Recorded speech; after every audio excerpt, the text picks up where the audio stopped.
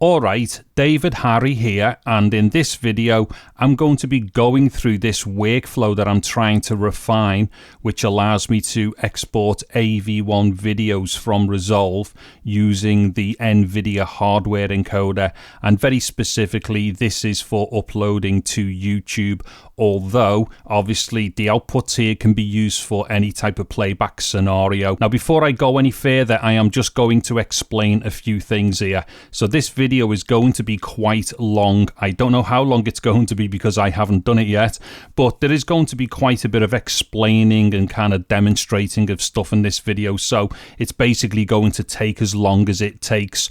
Also, this video is going to be a multi-part video, and the reason why is because I'm going to do a number of separate exports at different bit rates and then upload them individually to YouTube so people can assess the varying qualities of playback from the various bit rates after YouTube has done its thing. Now, the reason why I've got to do it this way is because you can't really do comparative analysis with, like, say, a bunch of encodes at various bit rates, which then get re-encoded again in order to upload it to YouTube and then have YouTube do its thing again. Basically, there's far too much concatenation going on there for you to actually get any kind of meaningful results at the end. I will, however, include all these kind of exports at the end of this video, just in case anyone's kind of in the zone and just wants to go right the way through the video. However, I do recommend and suggest that you watch the individual uploads because they will make a little bit more sense as there has been less concatenation going on. There will also be a link in the video description below taking you to where you can download all of the output files that I use for all these other uploads for this like multi-part video. Now, I would recommend that you download these files and don't be afraid thinking that these are going to be large files. They are not. I think the largest one of these files is maybe, I don't know, 80 megabytes, but most of these files are below 40 megabytes. So even if you want to download all of them, it's not going to be a massive like big download operation or anything like that. And I suggest you might want to do that just because it's going to give you a little bit more of a better idea when you see, like, you know, the final outputs playing properly on your computer. Now, the basic system that I've got here is an RTX 4070 Founders Edition and an Intel i5-13600K, 32 gigabytes of DDR5 RAM, and also a Gigabyte Z790 motherboard. I'm also using extremely fast SSDs and stuff like that. There will be a bit of a list in the description below as to like the computer specs as well. Now, the last thing to mention before I kick into anything here is that none of this footage is mine. I do not own any of this footage. All of the video footage that you're going to see within this demonstration here is all the copyright and ownership of BlackMagic Design. What I've done, I've just downloaded a bunch of BRAW files from the BlackMagic website and used them with the intention that BlackMagic have put them up for, which is to obviously test and demonstrate stuff and what have you. So just to be doubly clear, BlackMagic Design own the copyright for all of the footage that is being used within this demonstration. Okay, so to kick off then, let's dig into settings. So as far as the project is concerned, it's got a resolution which is 4K DCI. It is also 24 frames per second. Now, there is obviously a lot of scaling going on here, but what I've done, I've just left this to the standard scaling, which is what Resolve uses when you launch it. I don't know what it is. It basically just says sharper. However, because this is downscaling, the scaling algorithms or scaling methods don't really like come into much play here because it is downscaling as opposed to upscaling. Now, as far as color management is concerned, I'm using DaVinci YRGB color managed. Now, I'm obviously processing this to SDR in keeping with the output, which is obviously Rec 709. Now, just one final last thing before I get into the exporting, and that's just to explain to you what I am actually using in the timeline itself. So what we've got here is a 1 minute edit, just something really simple, bunch of clips, cross dissolves, and then also we've got like a title over the top of them. Now, the problem here is when I use this as the source for the actual exporter, I'm getting problems during the export. So there's something about my system which is unable to do all this stuff here with the BRAW files although they all do play in real time on the timeline. What it is, I think there's certain things to do with optimizations and things like that, which will be working within the timeline, but they're not when I go to the exporter. So to get around that, what I've done is actually replicated the same thing here, but what this has got in it is uncompressed RGB 10-bit files, which are basically going to look exactly the same in the timeline as what the BRAW files are looking like at the moment when they are downscaled to 4K in the timeline. So just to be clear, it is this section here that I will be exporting for these tests. And also, just to be doubly clear about this again, this is uncompressed RGB, so this is the absolute best possible quality that I'm going to get away with for a 10-bit project where I have had to do some intermediate temporary video renders of the BRAW files. Okay, so with all that stuff done, here we are at the timeline with the edits. Now let me just give you another quick refresh of what's going on here.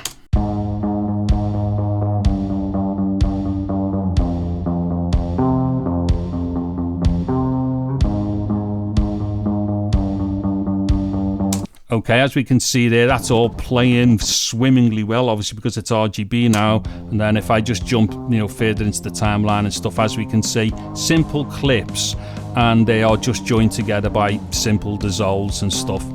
Okay, now I'm just going to switch over to the exporting here, but before I do that, I need to make one thing very clear here, because anybody who's familiar with things such as codecs and stuff and compression, you're going to be absolutely blown away with how low the bit rates can go as far as these exports using AV1 are concerned with, like the Nvidia hardware in Resolve. However, I've just got to say immediately, and anybody who's just looked at the footage there, they will know the complexity of that footage there, or the lack of complexity, does lend itself to low bit rates. So I just don't want people thinking that I'm cherry picking here in order to be able to go really super low with the bit rates.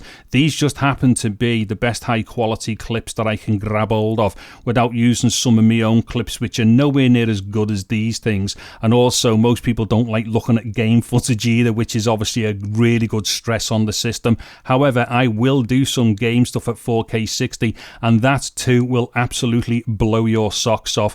So nonetheless, like I've just said, the footage here definitely does lend itself to a much lower video bitrate, and that is exactly what we're going to see. However, I have not cherry picked here. These just happen to be the files that I've downloaded from BlackMagic. So getting over to the encoder section before I become super boring, what I'm going to do now is just show you the base setup for what I'm going to be doing here. I'll give you an example of one or two of the exports so you can see what the speeds are like and what have you. However, I'm not going to sit here and go through all of the exports, but they will be at the end of the video and will be available for download. Anywho, so what I've got here, I'm using the MP4 container. I'm obviously using the AV1 codec, and it's a hardware type using the Nvidia hardware. Now the resolution and the frame rate obviously match the timeline, which doesn't necessarily match the source footage because there's been a lot of downscaling going on here, but nonetheless this is a reflection of the timeline, which is obviously 4K DCI at 24 frames per second. Now as far as the actual encoder settings are concerned, what I'm doing here is using my own kind of bit rates and stuff. I'm also using main 10 for these. There might be some other versions knocking around within the downloads. However, the ones that I'm going to concentrate on here are going to be main 10. Now, just to be dead clear as well, you do not need to use 10-bit for uploading SDR content to YouTube.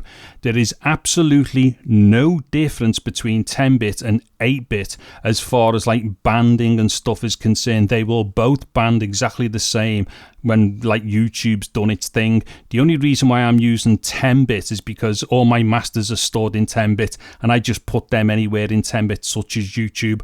Also, it's arguable here, and you can say that there is actually a lot more efficiency due to certain characteristics during the encode when you're using 10-bit, something that I'm not going to get too far into anyway because it'll get super boring.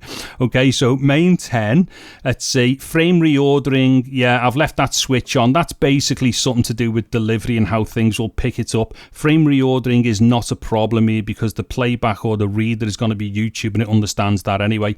Now, variable rate or rate control, I've got it on VBR here. I've also got the preset set to very slow, right? And I will show you a couple of things here which might actually freak you out in a second, right? Tuning, I've got that on high quality, and I'm going to put 2-pass on full. Now, there is something weird here with 2-pass which I just really don't understand. It doesn't seem to go like 2 passes on the timeline. I'm kind of wondering if what's going on here, if this look ahead is to do with the 2-pass, and basically what it's doing, it's looking ahead by so many frames and using like the first look ahead as the initial pass. And the reason why is because it doesn't cycle through the entire timeline twice, it only does it once. However, it does take longer. In fact, somebody out there is probably saying, well, you know what, Dave, you should have changed that number to see if it made a difference. And you're absolutely right, I should have done. I'm just going to leave it the way that it is now. But I think what's happening here, 2-pass is just using basically a 16 frames per second buffer ahead of itself, and it's using that to analyze what it is going to do with like the second pass behind it. Anyway, shut up, Dave, get on with it. Now, all of these settings here, I've not touched those, I've left them as they are, and the main reason is here is that although I would generally understand what adaptive B-frames are and such and whatnot with respects to say like other inter-frame codecs such as H.264.5 and stuff, there's a number of things here I'm not entirely sure what they mean or how they affect what's going on with the AV1 export here. So what I've done is I've left them alone. However, now that I've kind of been getting blown away by this stuff and I think it's just super awesome, I will start doing like a bit more research and a bit more experimenting with these types of things. And yeah, whatever I dig up from these, I will do another super boring video about. Okay, so with that done there, oh, you know, I need to choose a location here, don't I, for these things? Right, so I won't put them there, I'll put them there, export to. Okay, now I'm going to call this one whatever it says in the timeline, which is, let's see, 5,000. So this is only 5,000 kilobits per second. So essentially 5 megabits. Okay, right. So let me just add that to the render queue. So let me just start that rendering. Okay, now as we can see here, look at the speed of that render there. Now bear in mind, this is on very slow, okay? And that is what? It's basically almost 2 times real time. Now, of course, if this were a 60 frames per second timeline, then we would be slower than real time. But as the timeline is only 24 frames per second, that there is just going super fast. Let's just say, I mean, it's not even worth speeding it up. Look at that. Wow, it's done. Okay, now what I'm going to do here, again, this is not necessarily a great example because I'm playing something back which is going to get recompressed and then YouTube compresses it. However, what I'm going to do here is let me just make a new bin because this is all getting very messy. Right, what I'm going to do is import that file here. Hopefully I can find it. It was on the desktop somewhere. Let's see. Video test files. I should have thought this one out. Resolve exports to 5,000. Let me open that. Okay, so I'm going to put that in the timeline now. Now what I'm going to do, I'm just going to play this through. I will leave it at the size that it is and I will pop up and down in like full screen and stuff, and just check this out. This is just phenomenal.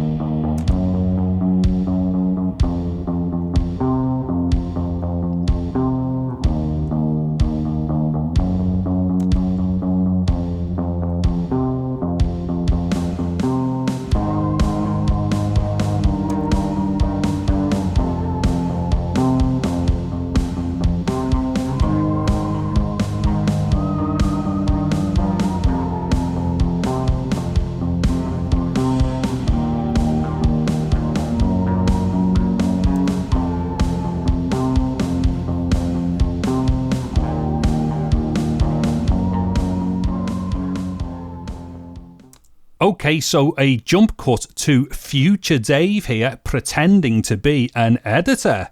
Right, what it is, I'm kind of like going through this stuff in the timeline on me Mac, and I'm thinking, do you know what, I missed a massive trick as I recorded this thing, and that was to do a side-by-side split screen of, like, you know, the AV1 export compared to the original footage. So that's exactly what I've just done here. So as you can see, the top track here is the AV1 export. As you can see up there, there's the AV1 there, and then these bits down here are obviously my source where I've taken the export from, which, as I've already explained, are these uncompressed RGB kind of intermediates and stuff. Anywho, so what happens here, if I just mute the bottom track, as we can see on the right hand side, that is the AV1. Okay, so let me just switch that back on. Now this is definitely gonna freak you out. Check this out. I'll start low and then I'll go into full screen. So if you just give us a sec here, I'm at the start. Here we go.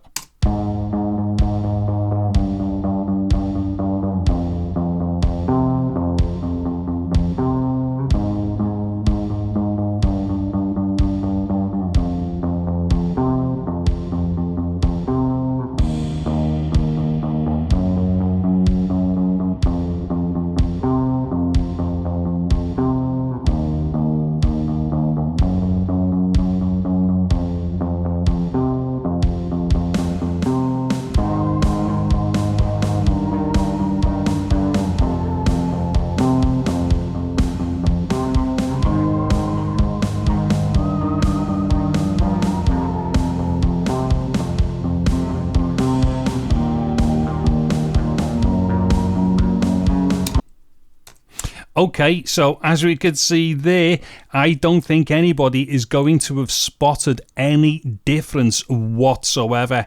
And just to be clear here, obviously YouTube is doing a number to this thing on its final exports for what you're seeing during the streams. However, I'm looking on the timeline and even I can't see any differences between like the two sides of that split there. So even though what you've just looked at is a more compressed version, and obviously YouTube is the leveler during this process, in the timeline right now I cannot see any difference whatsoever. Anyways, back to wherever I was before I rudely interrupted myself. Okay, so that was basically 5 megabits. It's actually below 5 megabits. That is absolutely insane. 4K, 24 frames per second. Once again, I do have to make the point extremely clear here that obviously due to, like, you know, the bokeh and the lack of, like, you know, kind of like temporal complexity and stuff with inside the actual original video clips, they do lend themselves to be, like, you know, exported at lower bit rates. However, this is a stupid low bit rate and it is absolutely awesome. Now let me just try something else here quickly. So what I'm going to do, I'll switch off that title track, or I'll mute the title track here. I'm going to show you just how fast this thing exports. Now just remember, what I've got here now is just a bunch of RGB exports. Now although there are, RGB sources. Now although there are dissolves going on, those dissolves are now hard baked in, so they're not being added. So right now, at this moment in time, this is pure RGB being fed straight through to the encoder. So this is likely to be, like, you know, the fastest that you could kind of like, or the most efficient way of doing an encode, let's put it that way. So this should show us the true performance here of the encoder, and this will actually freak you out big time. Right, so bitrate won't make any difference here as to what's going on. So what I'm going to do, I'm going to put this on very fast. Tuning, low latency, will that make a difference? Maybe. Right, so I think, let's see, I'll switch off the 2-pass. Now, at this point here, this is probably the fastest way to set this up for an encode, right? Right, okay. And what did I put it on? It was on very fast, wasn't it? Oh, all right as well. Yeah, sorry, bit depth won't make any difference. So whether that's 8-bit or 10-bit, it doesn't affect the export speed. Okay, so I'm going to call this 5000 very fast. Check this out. Yeah, watch this. Boom, look at this. Watch that counter up there. Look at that. How mad is that? Look at that. That's friggin' insane. Right. What did it say? It says it done it in 10 seconds. Right. Now, let's be clear about this. This is 1 minute of it's proper 4K. It's 4K DCI at 24 frames per second, and it exported it in 10 seconds. That is just super fast. Now, again, I'll play the file back. However, it's not so meaningful in this scenario, and that's only because right now we're not able to kind of judge the file properly, obviously, but I'll do it nonetheless. So let me just import it. What am I doing here? Import media, that's the one. So 5,000, very fast. Let me just throw that at the end of the timeline here. Oh, by the way, as well, if you're wondering why I'm not using any keyboard stuff here properly, I don't know what's going on, but my keyboard is just doing all the wrong things in Resolve. Windows has kind of taken over a bunch of the stuff on the keyboard. Anyway, so 5,000, very fast. Look at this.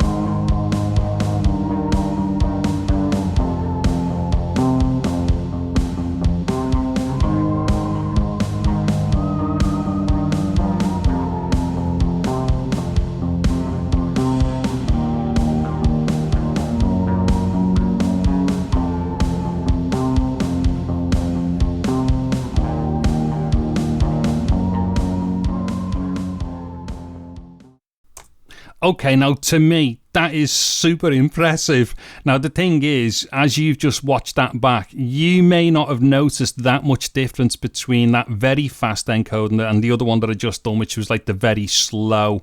And to be honest, I've got to say, and I haven't even done this before because I would normally not go near very fast, that actually looked great. But what it is, there were slight differences in there, as you would expect, due to the complexity of the encode and stuff, or the analysis of the encode. Now, the thing is, you may not have seen so much difference here, and the reason why, obviously, is because you're just seeing stuff that's being compressed, put back in a timeline, recompressed to go out, and then like YouTube does its thing. So the effects of concatenation here are doing a big number on these things. So that is the level at which may mean that you may not have seen that much difference. However, I'm just hoping that after YouTube has done its thing, and I will have uploaded all this at 100 megabits H.265 from my Mac, it should still look really good playing back. Anyways, I'm getting very close towards the end of all my my waffling here, which will be good news to anybody who's kind of like hung in this far into the video. Right, so what I'm going to do now, I'm not going to show you it all, but what I'm going to do, I'm literally just going to take, hold on, where are we? So that section of the timeline, so that thing there, which has got all the RGB kind of temp renders or intermediates in it, that's now what I'm going to use to export out. So what I'm going to do, I'm going to stay at main 10. I'm going to do, in fact, what I will do, I will start off at 10,000 kilobits per second first. Then I'll do 5,000, 4, 3, 2, and 1. So what's that? 6. So there'll be 6 different versions of this thing now. Now, like I've just said, what I'm going to do is have these available for download. But on top of that, these 6 versions here, as well as being downloadable, they will be uploaded to YouTube individually and marked up as part of a multi-part video. So there will be links to those within the video description as well. However, what I am going to do now is just play all 6 of these one after another. They will also be titled as well correctly, so you will know what they are. And once again, this is not the best way to show this, but if somebody's gotten through the video, they might just want to carry on watching the examples playing back one at a time. Okay, so yes, if anyone's gotten their way right the way through this video, then you deserve a massive Blue Peter badge. Anyways, yeah, so thank you very much for watching this. But what it is, right, I've got to be dead honest, I just get dead excited with stuff like this, and I can't stop. I just don't know when to shut my face, do you know what I mean? And anybody who knows me knows that when I do stuff like this, I'm just dead into it. So I'm not making any apologies for enjoying doing these things that I really love doing. But hopefully they've meant something to someone else. Anyways, more of this stuff coming up. There's going to be like the game one, which is even more impressive. And also I'm going to start digging into some of these settings and stuff like that. Anywho, I'm about to jump into this stuff, but the last thing I want to say here is I'm David Harry. Thank you very much for watching this video. Take care and goodbye now.